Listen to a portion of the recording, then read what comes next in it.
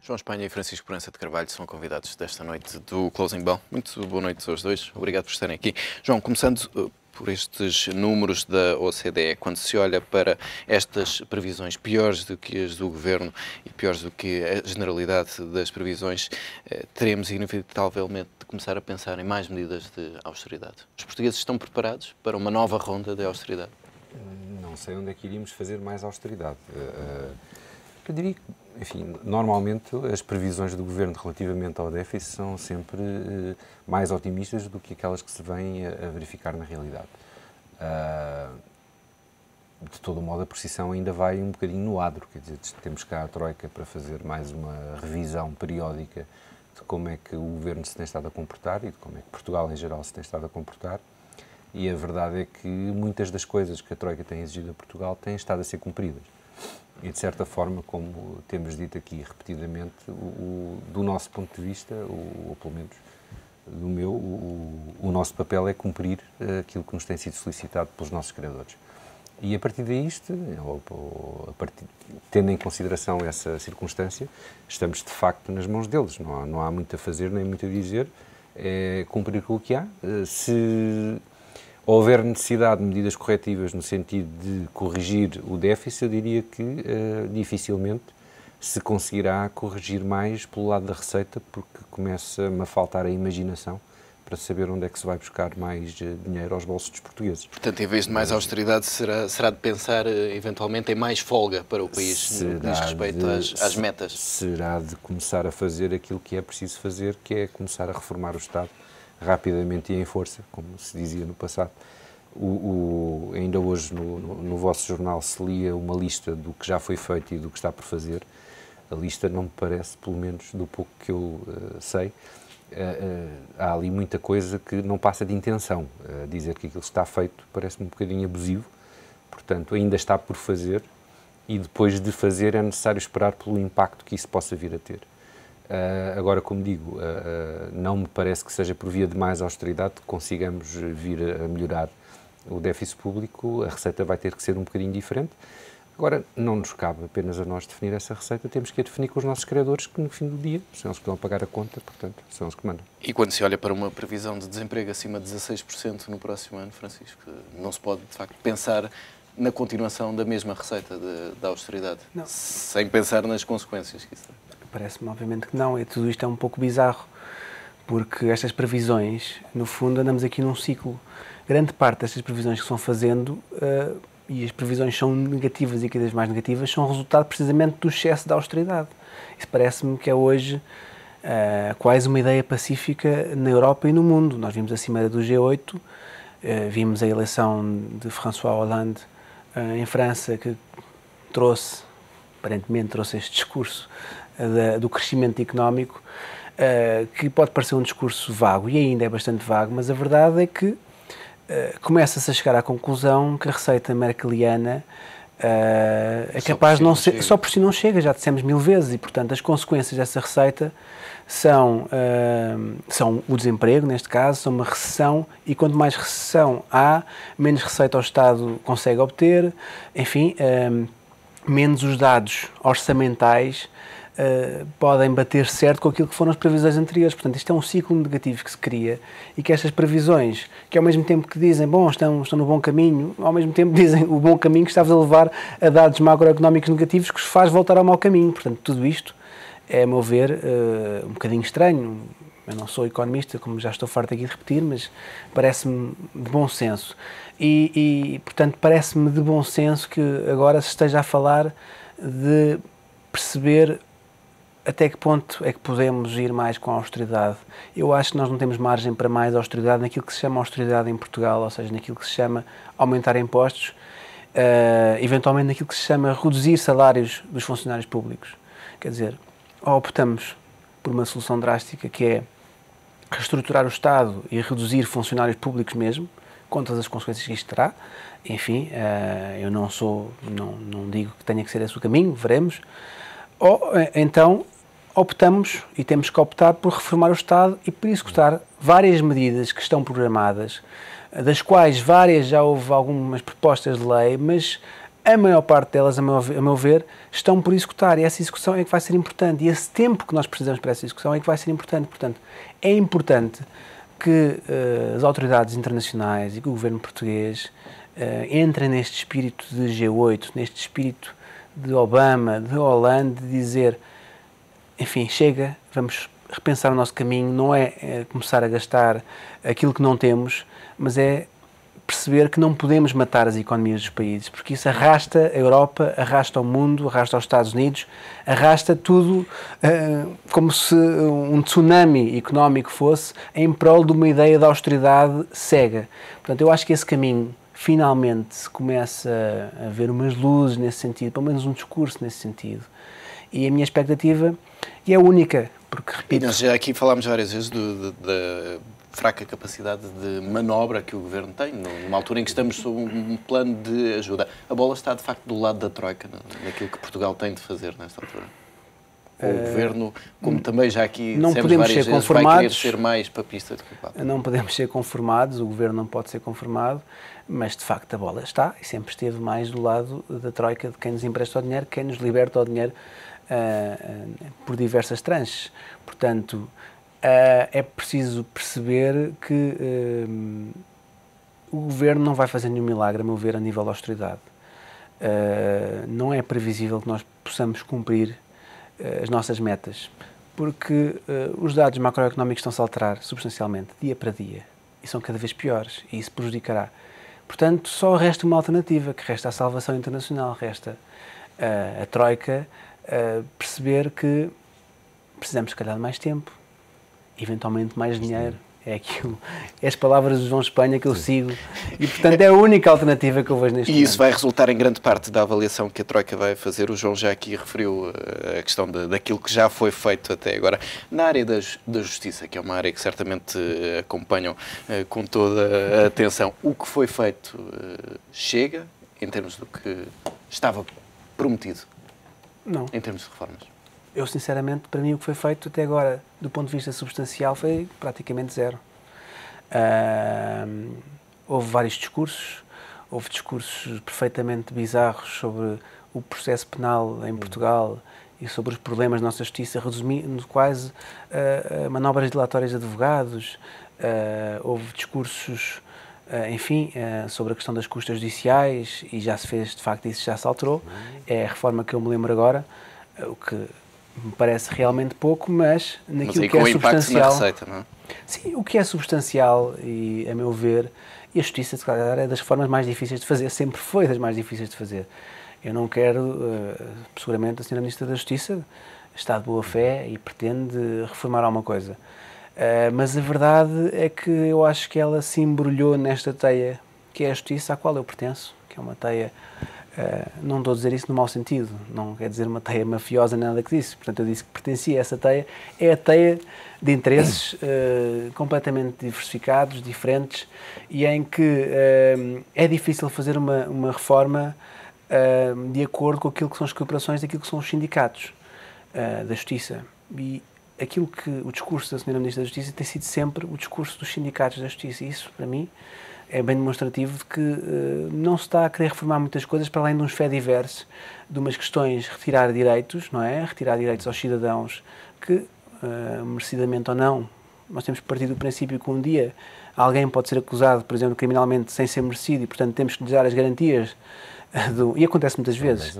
Acontece muitas vezes, mais vezes do que possamos pensar.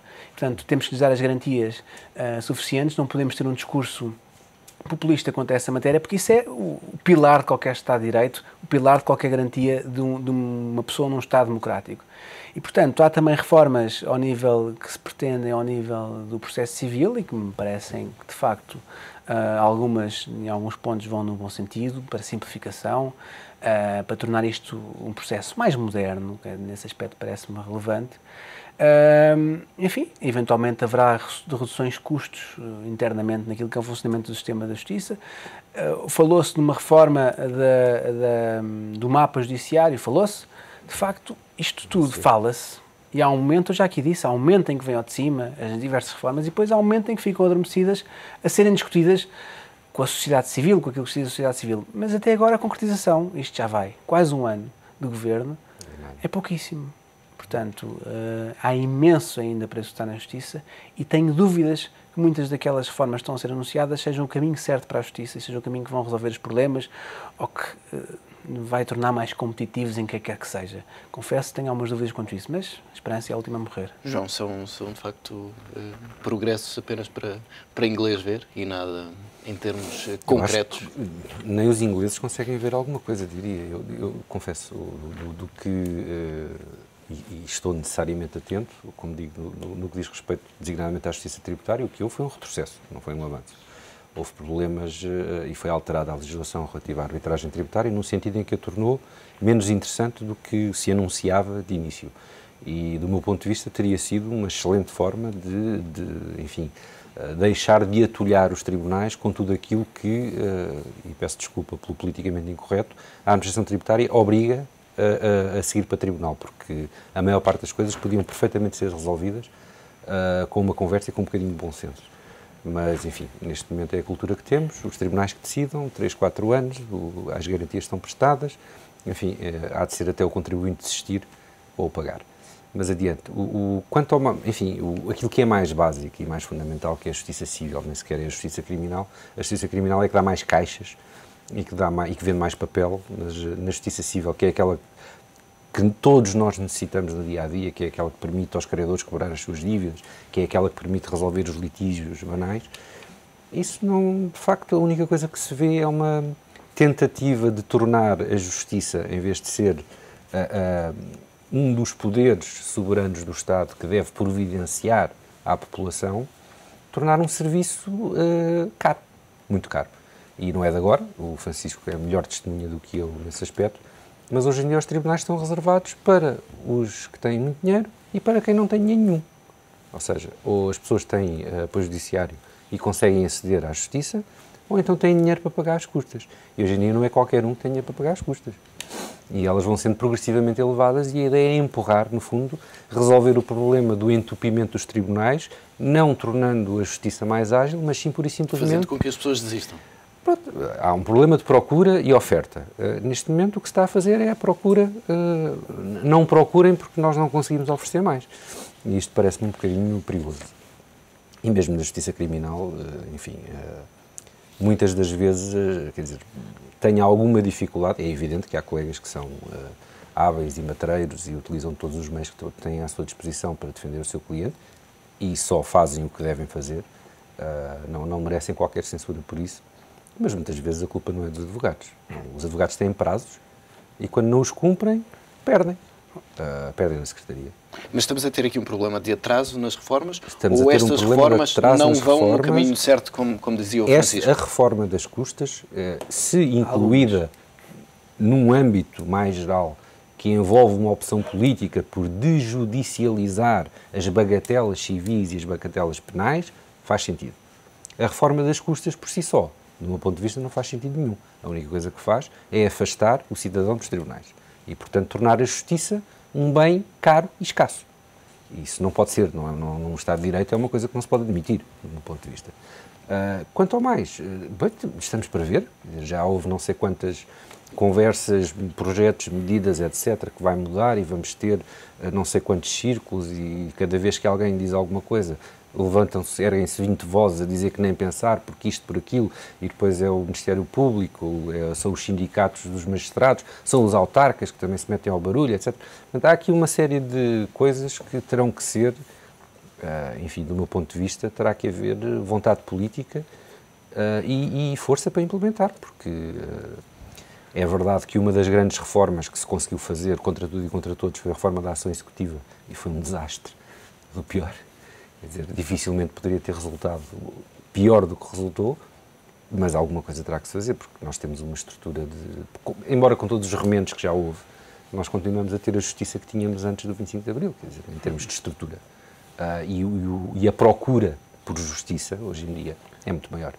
E, portanto, tem que se mexer do lado da oferta. Se me permitem só, primeiro quero fazer justiça, por falar em justiça. De facto, há uma reforma que foi feita, que foi a reforma da nova lei de arbitragem, que me parece relevante, que me parece que sim, que vai no bom sentido e que me parece que, de facto, o Estado Porque é o Estado, é na justiça, é na saúde, é na educação, porque não tem organização, e nunca terá organização, mecanismos de controle que permitam prestar serviços amplamente bons, a meu ver. Mas isso é uma opinião, se calhar, muitos dirão ideológica, parece-me que é de facto, mas enfim. E essa questão dos meios alternativos de resolução de litígios é uma questão relevante e é uma questão que, de facto, se deve fomentar em Portugal, a meu ver, porque nem tudo tem que estar nos tribunais. As arbitragens, hoje em dia, claro, são processos caros e são processos, se calhar, elitistas, mas a verdade é que a experiência que tenho é que, no geral, funcionam bastante melhor, nem que seja porque são muito mais rápidas. Portanto, é um problema básico da morosidade da justiça.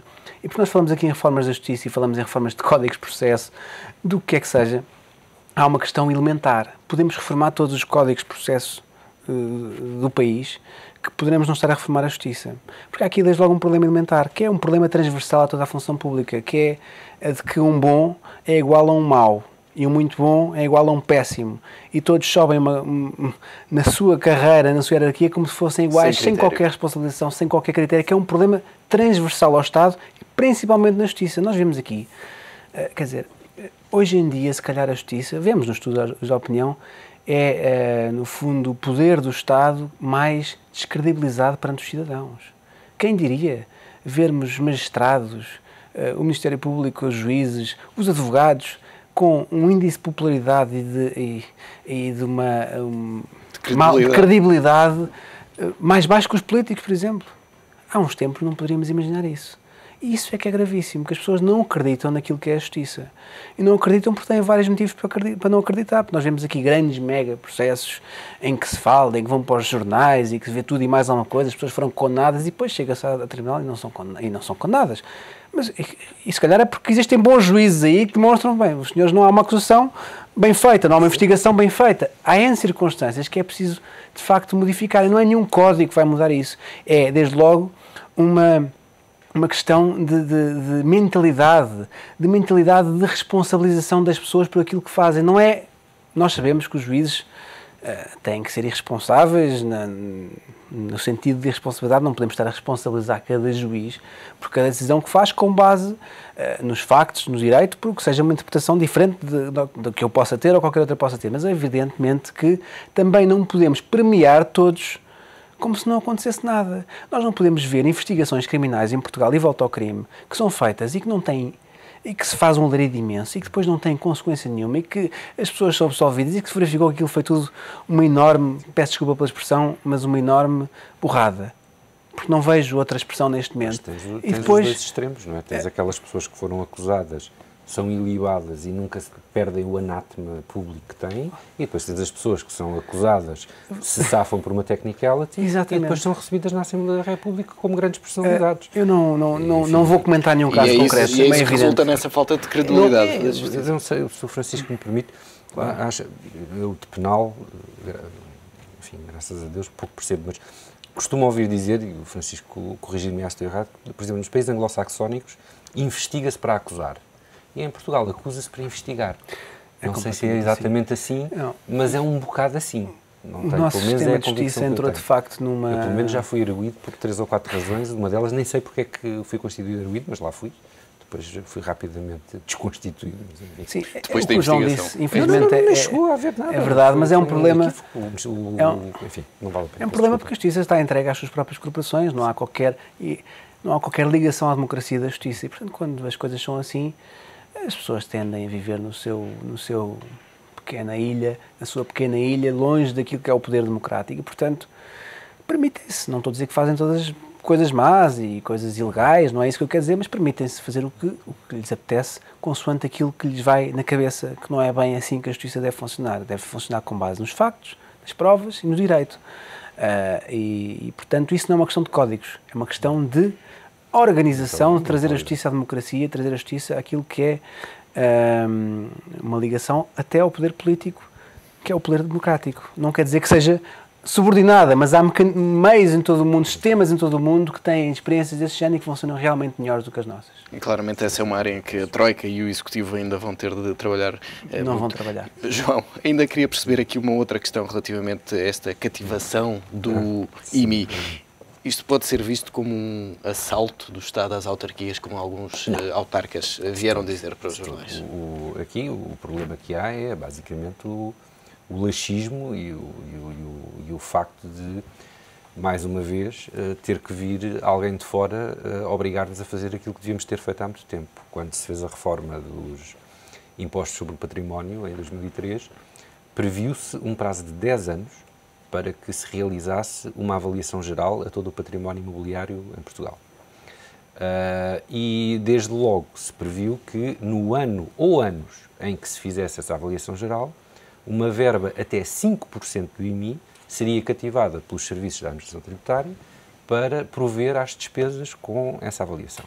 Isso está na lei desde 2003 e agora, enfim, graças à Troika, temos mesmo que cumprir a lei, porque os 10 anos já estavam quase a passar, iam passar para o ano e não se via que houvesse avaliação geral. O ano da avaliação geral é 2012 e, portanto, a lei o que diz é, pode ser até 5% a definir por portaria. A portaria diz, são 5%. Portanto, a lei está cumprida. Não vejo aqui nenhum assalto. Não faz sentido que os autarcas estejam a dizer que não percebem qual é o valor que vai ser cativado. Isso faz sentido porque neste momento não é possível saber qual é que é o valor do IMI que vai ser cobrado. Há previsões, é certo, mas na prática estamos para ver. Mas os 5% estão definidos? Os 5% estão na lei desde 2003.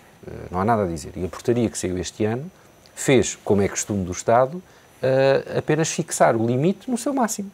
Portanto, desde 2003, quem conhecia a lei sabia que um dia alguém ia ter que pagar para fazer a avaliação geral. E esse alguém iam ser as autarquias. Que o valor seria até 5% do limite. Esse alguém são os contribuintes. Sem dúvida. No limite é isso. Mas neste momento o que estamos a discutir, na prática, é quem é que fica com que parte do lombo, do lombo dos contribuintes, neste caso. Se vai para as autarquias, se vai para o Estado. Que as autarquias tenham sido apanhadas de surpresa com a portaria, enfim, acho que tenho bons consultores jurídicos e seguramente teriam sido alertados para isso. Neste momento o que se está a discutir, do meu ponto de vista, não é uma questão de legalidade, é uma questão de política pura e dura. É, no fundo, quanto é que eu consigo, eu sei que entre 0% e 5% vou ter que perder, portanto vou negociar o mais possível para ver se pago o menos possível. Se é justo, se é injusto, não sei dizer.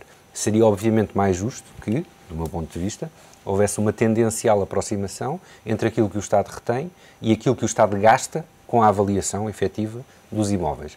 Até porque, hoje em dia, avaliar um imóvel não é uma coisa assim tão complicada, tendo em consideração que as regras são, na sua maioria, pelo menos para a primeira avaliação, regras automáticas, que resultam mecanicamente da lei e que não exigem sequer a visita de um avaliador.